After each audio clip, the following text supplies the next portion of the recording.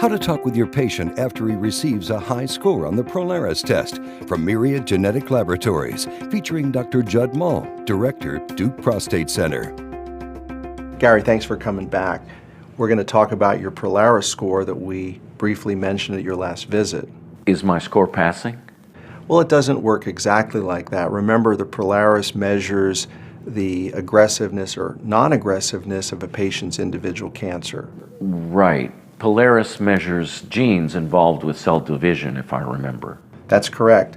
And based on your individual score, we can get a better handle on whether your cancer is a more aggressive type or a non-aggressive type. It's just another piece of the prostate cancer puzzle. Oh, that's right. So based on your clinical features that we talked about last time, we thought that you had an intermediate risk cancer based on digital rectal exam, based on your PSA level, and based on the information we knew from your prostate biopsy. Okay. So when we look at your Prolaris score, we see that you have an aggressive growing cancer, and in fact have a considerably more aggressive cancer compared to what your traditional features predicted. Looking at your score, you are in the 85th percentile, meaning that 85 out of 100 people have a lower score than you do. So you have a pretty high score.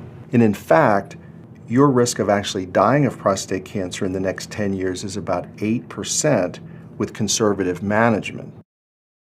So based on this information, Gary, we need to look at a more aggressive treatment regimen than we were planning on initially. Well, this doesn't sound very promising. It's almost like I have high-risk cancer instead of intermediate. That's absolutely correct. But now that we have this additional information, it gives us a much better opportunity to plan appropriate treatment that's more suited to you as an individual patient. Well, last time you mentioned other treatment options that we might consider. Right.